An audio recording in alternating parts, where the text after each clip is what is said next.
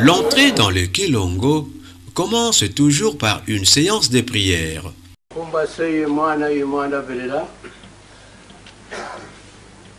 Tufukamane mulomba kwange tata nzambi yenga mfumo Yesu Kristo yempevya ndongo mfumo katufoini kutufuanisa yutusimba munalunene lwako yutukonka kunsoma vemako. Ensuite, le chef spirituel qui garde jalousement par derrière lui les clés du mausolée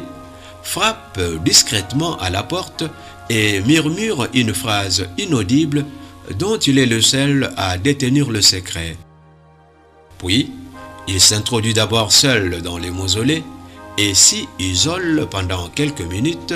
à l'instar des anciens prêtres juifs. En sortant du mausolée, le chef spirituel invite le visiteur d'y entrer un en un dans l'ordre et la discipline.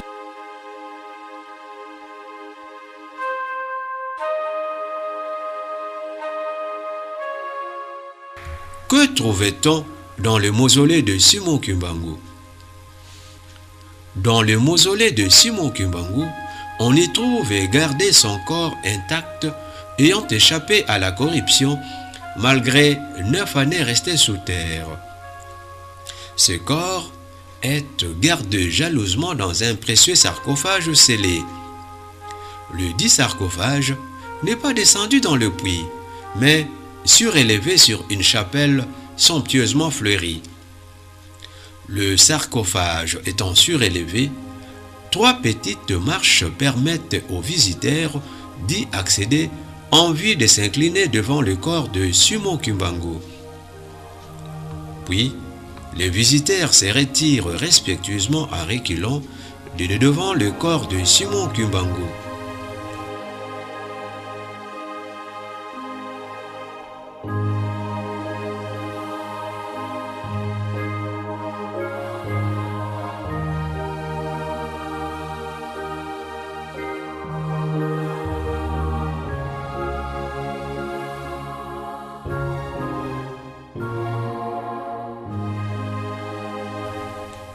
Dans le mausolée de Simon Kimbangu, on n'offre aucune nourriture ni oblation, sauf de fleurs artificielles.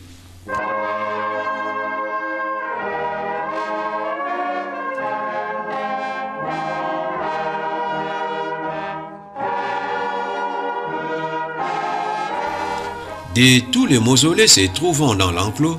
seul celui de Simon Kimbangu est ouvert aux pèlerins.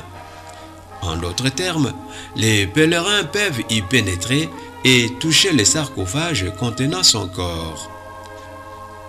Quant aux autres mausolées, les visiteurs se contentent de s'incliner à tour de rôle devant les différents mausolées concernés, afin de rendre hommage aux personnes qui s'y trouvent. Durant toute la cérémonie d'entrée-sortie des pèlerins dans le mausolée de Simon Kimbangu, le chef spirituel, qui en est le maître de cérémonie, se poste à l'intérieur au 3e angle du mausolée et surveille discrètement les entrées et les sorties des visiteurs.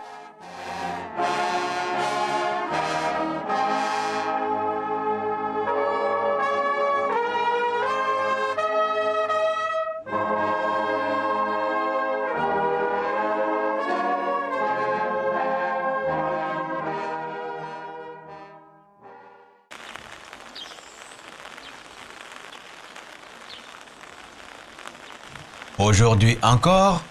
plus d'une 60aine d'années après la mort de Simon Kimbangu, son corps est resté intact et gardé jalousement dans ses modestes mausolées en Kamba. Comment savoir si ce qu'affirment les kimbanguistes au sujet du corps de Simon Kimbangu est vrai?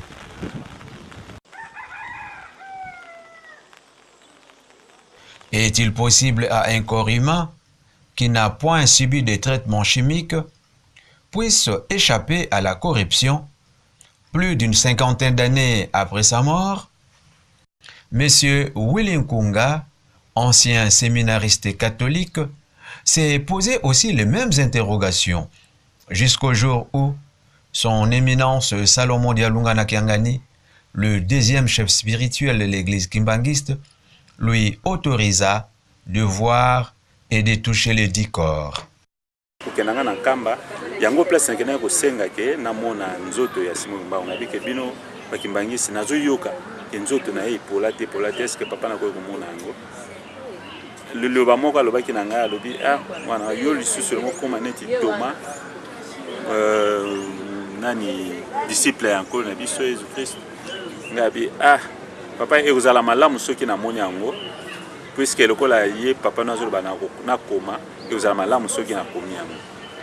bon abengi mwana na ye papa Simon Kimbangu Ngani l'actuel chef spirituel apesi fongola bi mema mwana na mausolée au fond la table bon to bani ko kende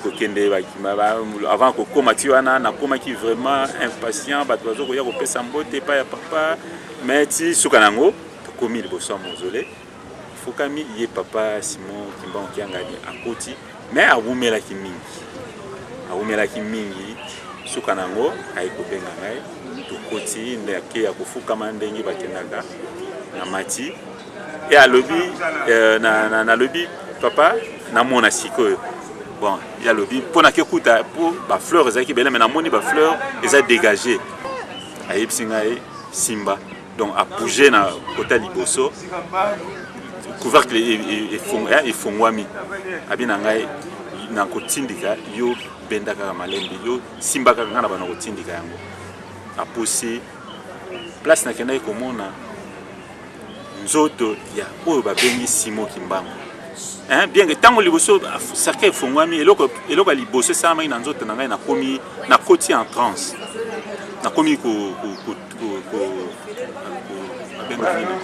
kotuntuka allez papa Simon Kimbangu na simbinga na motu na komi na moni eloko ane sili allez kokama wana na ko yebisa papa est-ce que na ko simba ye abisinga ko simba ye awa te na motema na te simba ye na loboko loko azalaki boye et puis elamba la taki pusana ki momuke tango na simbi siko poswana parce que simplement na komona ozomona ke oiza epembete yangwana na idée na ngai ne peut soki ya malamu soka mabe nangaki na simba ye na motema na taso motema zobeta mais yoko la baki na simba wana te na simbi na loboko mais loboko eza na chaleur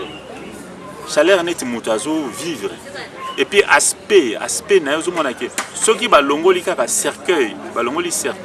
batiki corps wana pamba ba muto alali or muto wana akufa banda 1951 makamwana onga nazo vivre en 2001 donc 50 ans après température normale donc ya mutazo vivre donc quelque part na koloba à peu près 36 37 degrés puisque nazaki na thermomètre te mais ko simba pona vina ngai arriva na simba pe bipembe na bi température ya bipembe mais na esa température mutazo vivre na lobi te ke ya zalaki ko vinga ona mona ki mutu alali lisu moko ekangama lisu moko efongwama bon na la musa ki epete ke so mutu alali onga na mona ki lisu ekangama lisu moko efongwama lisu moko ekangama mais un aspect ya mutu on a le bail que ceux qui va longoli kaka cercueil batiki le corps yango moko pour le baki mutu alali. Or cet homme a kufa depuis 1951 makamone sur le événement sur le Ghana 2050 ans après corps nini ya mutu ndenge na lobi ke soki ba kausaki yango ekoyeba na teke mutu wana soki ba tiaki na frigo tango 50 ans après ozalaka bongo te soki ba mbomaki yango ba conserver yango soko simbi poswana ekolongwa ekoma poussière place wana puisque il y a une loi universelle et naturelle au libi que mutu akokufa et puis akopola akozonga tokota mabele tokozonga mabele mais curieusement ye mutu wana azo garder eloko wana donc physionomie ya mutu azo vivre donc eloko wana est dépassé ki ngai mutu nini ana 50 ans après azala soto etikala intact yango wana na livre moko on a promis un mystère en kamba paragraphe na moko ya sima na sima livre na koma paragraphe moko les amis balema otango liboso wana na koma yiboye nabi chaque chose a son temps, dit-on. En effet, après plusieurs années de silence, voilà qu'enfin l'heure est venue pour moi de m'acquitter en toute honnêteté intellectuelle d'une obligation sacrée qui consiste à témoigner devant Dieu et devant l'histoire sur un phénomène extraordinaire dont j'ai longtemps porté dans ma conscience la lourde responsabilité en tant que témoin oculaire. Donc, eloko wana jusque-là et comme il faut peser dans la conscience nangai. Koyoka banzembo na mokili ezoloba ke Simon Kimbangu mabele melaye Simon Kimbangu apola Simon Kimbangu étant na ke vivre yango et comme une charge et comme fardeau na conscience nangai. Yango na loba ke na koma yango yango na loba ke na koloba yango. Donc loba o potango tozali ko bima na mausolée na ye papa Simon Kimbangu kyangani ayibsinga ke okoti nyongo. Donc o lelo ndenge na lobi boye eza na zo futa nyongo na ngai. Ainsi, s'accomplirent pour la seconde fois et se réactualisèrent ces paroles prophétiques du roi David, reprises dans Actes, chapitre 2, verset 31. C'est la résurrection du Christ qu'il a prévue et annoncée en disant qu'il ne serait pas abandonné dans les séjours des morts et que sa chair ne verrait point la corruption. Comme le corps de notre Seigneur Jésus-Christ, le premier consolateur, n'est connu point la corruption, conformément aux Saintes Écritures, il en fit de même avec celui de Simon Kimbangu, l'autre consolateur promis par Jésus-Christ. Son corps, comme nous venons de le voir, a échappé à la corruption jusqu'à ce jour.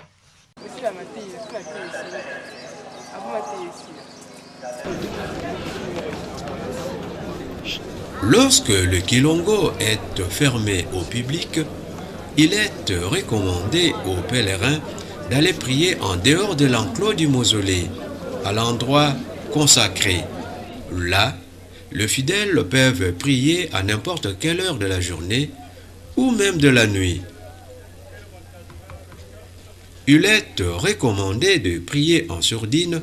de façon à ne point indisposer son voisin immédiat.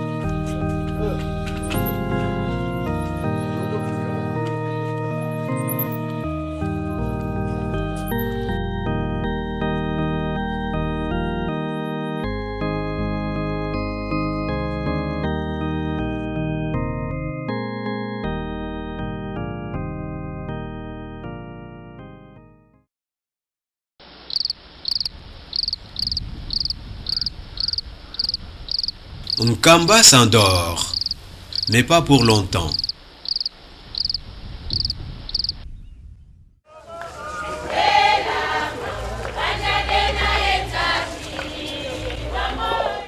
Dès 3 heures du matin déjà,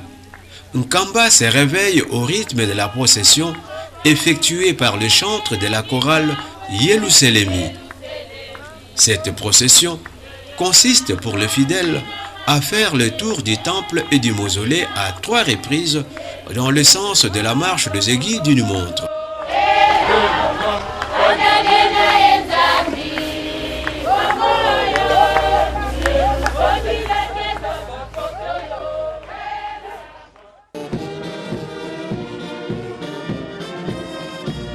Après la chorale Yeluselemi,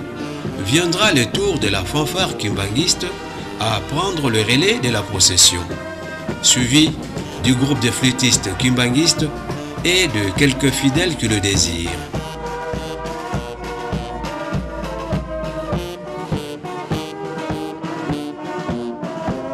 Selon le kimbanguiste, Cette procession a été à la base de nombreuses guérisons.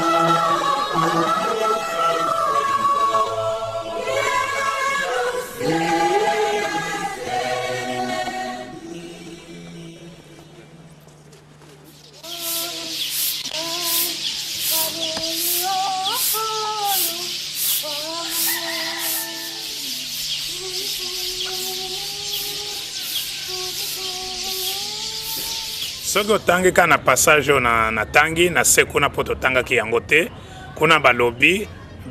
banjelu bazali kopepa kozinga Arche d'Alliance kopesa yango lokumu yango moni na biso pe bakimbangisi esika kilongo ezali parade esalamaka na 3h bakoral bafliki bafaki bato na ngonga na bango bazosala parade kokumisa nzambe kokumisa mboka mosantu. C'est-à-dire biso na Israël akala différence penze ezate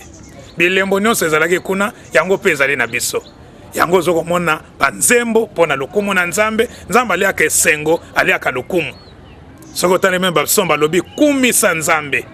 yembela ye nzamba lingaka esengo alingaka yango mona ba 3h ba koralizo yemba 4h ba fliki ba ye koleka ba beti basali parade 4 pene ya 5h wana faki tina 6h nyonso on esalamaka chaque jour. Donc pour na kolobake église qui maïza na programme na ye spécial et koka na lingoma mon côté et puis ba secret spirituel ya ye moko. Des témoignages poignants et saisissants révèlent que certains visiteurs, chrétiens et non chrétiens, ainsi que de fidèles kimbanguistes, ont rencontré individuellement, en vision directe, face à face, Jésus-Christ, Abraham, Moïse, Simon Kimbangu, pour ne citer que ceux-là, au mausolée de Simon Kimbangu. Tel fut le cas de cet ancien musulman converti depuis au kimbanguisme. Kolomoko kakawana na tango tongo etani tokena nda kwa nzambe tobimi papa onda azaki kokumisa papa ndenge abandaka kosala liboso na tango wana esi sikuyo aza koloba Abraham azalaka wapi bato bazongtia na nkamba nkolo Yesu azalaka wapi na nkamba ngana zo dute na oti atembe na lobi oyo makambo pamba oyo boye bazako sa eske Abraham akozalao esi nkolo Yesu akozalao molimo mosanto azapi na nkamba eske akoyi kosala kozala pe awa tala biloko oyo eza kopesa ngai émotion nkolo Yesu azapi na nkamba na bite na kati na motema na nga na zutembe nde na yango na tembe wana na fandi na yango tata nzambe azali kaka nzambe mokonzi ya bula abengi ngai sikoyo ntango abengi biso na bato ya poto mosusu bayaka mpona kokɔta na mozole batienga na programme nde sikoyo tokei na mozole nde na parti wana baye koyebisa na biso ke bolongola biloko nyonso oyo ezwami na kati na nzoto na bino ezali corps étranger na kati na nzoto na bino yango nde tolongoli bagrumete babage bazalaki na banini balongoli bamontre tout ça tolalisa esika moko me ngai nazalaki na eloko mosusu complicité babengi yango te warka wana nayebisa malamu eza babiloko moko oyo biso toyebeli yango te me ngai moko nayebi ntina na yango ezali protection na ngai sikasikoyo natika yango awa ngai nakɔta nzoto pamba ekosukala ngai ndenge nini yango nde mwa inquiétude moke ya me ntango nabimi natiki nabimi nakoti lisusu na mozole nde baflere nyonso ebandi kolobaloba engai nazoyoka sikoyo ntango nakomi na esika nzoto ya papa elali na sanduku na mozole na kati wana nafukami nde nabandi kosenga oyo ngai nazala nango mposa na beze cercueil ntango na beze sanduku kobima na ngai natamboli malamu naleki epai papa atelemaka na ngai nalekani kopusana moke liboso namona miso ebaluki lisusu namoni lokola ndako wana elongwe na likolo c'est-à-dire esali fenêtre na likolo na plafond na likolo esali fenêtre sikoyo namoni escalier elongwe ekiti liboso na ngai nazongi moke nsima na sote ntango na sote nazomona sikoyo escalier nde ya mabende namona boye mutu moko akiti aza koleka kakakakakaka na se akiti alobi moi je suis Abraham amati mosusu akiti moi je suis David akiti amati baza kolobaloba boye tititit jusqu'à ce que ngai sikoyo nakomi ka elongi nazobaluka boye nazokitisa bato baza koya nsima na ngai babandi kotutana na ngai bamosusu babandi kozonga nsima ti filme wana ntango esili nde naleki me bato yango baza komonana na miso na ngai ndenge nini omoni place wana na yengi nalingola esiko wana c'est-à-dire bato wana bazomona na miso na ngai omoni ndenge so totelemi na moi awa oza komona elilingi na yo ntango yo oza kotambola omona elilingi na yo bato wana bazokomata bazokita na omona bango lokwa bililingi wana yango nde eloko nakangaki parce que baolobaka na français et puis baoloba na français wana mais baza kotanga kombo ya motu na motu nde nazokita mpe nde naza komata voilà makambo ngai namonaki epuis kobima na biso na mozole ntango nabimi nakomi naluka epai ngai natikaki bawarka na ngai na bagrumete eloko moko eza te nyonso ekei banda wana ti lelo. Indéniablement, c'est une vraie béatitude, vue seulement par ceux à qui l'Éternel accorde un temps opportun.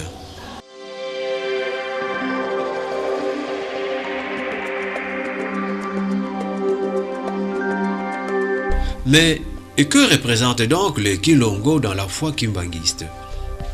Kilongo na foi kimbanguiste ndenge na lobit na Israël kuna bobjet mais ça ko représenter présence ya Nzambe, force spirituelle. Yango pe ezali ko représenter pour na biso bakimbangisi présence ya Nzambe, force spirituelle na biso na foi kimbangiste, présence physique ya Simon Kimbangu. C'est-à-dire tozali ko solola na Nzambe face à face na foi kimbangiste. Wana nde eloko Kilongo ezali ko représenter pour na foi kimbangiste. Yango moni motu tanga azokene kuna azali concentré.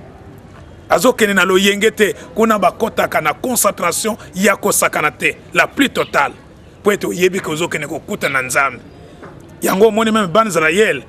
kuna mobeko ezalaki ka banganga Nzambe nde bakotambusa alliance. Ezalaki motu te soda te mondimi simple te. Kaka banganga Nzambe bato bazali formé, baza préparé pona yango. Donc pour na kolakisa valeur ya Kilongo. Donc Kilongo na foi kimbangisi ezali ko représenter eloko moko ya makasi ya molimo, c'est-à-dire esika plénitude ya nani spirituel na biso ezali pona biso bagembangisi, plénitude ya makambo ya molimo. Na kondima ya biso bakimbangisi mozole wana ya tata Simon Kimbangu, c'est sa présence en permanence. Okoki kozwaye na musika asungio mais ce qui peut oyi que yo ozwi possibilité ya koyingila kuna okosenga na yo on dirait ozosola na mutu vis-à-vis face à face tala bolamu ya kindongo nde yango wana parce que moto aza mosika ko telefone ye me bongo ndenge toza kotala na yo tokoki na biso koyambana te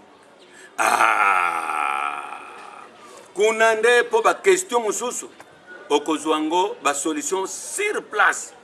papa pesio likambo me kende na confirmation kende ye olonga etumba ya kokutana na ye pe obima nde ozwi yango libela. Donc pour nabiso ezali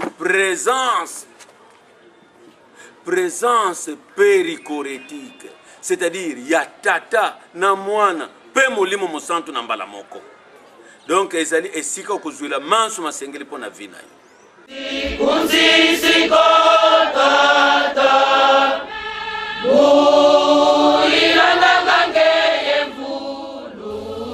Pour les kimbanguistes, le Kilongo, c'est Simon Kimbangu lui-même. Compte tenu de leurs expériences, les kimbanguistes sont convaincus que Simon Kimbangu, possédant la divinité en lui, n'est pas mort. Il vit avec et parmi eux. Par conséquent, il les écoute et exauce leurs prières.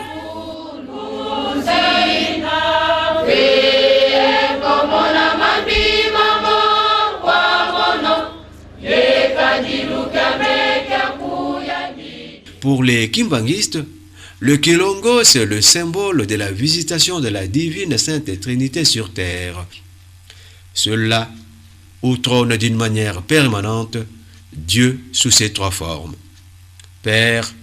Fils et Saint-Esprit.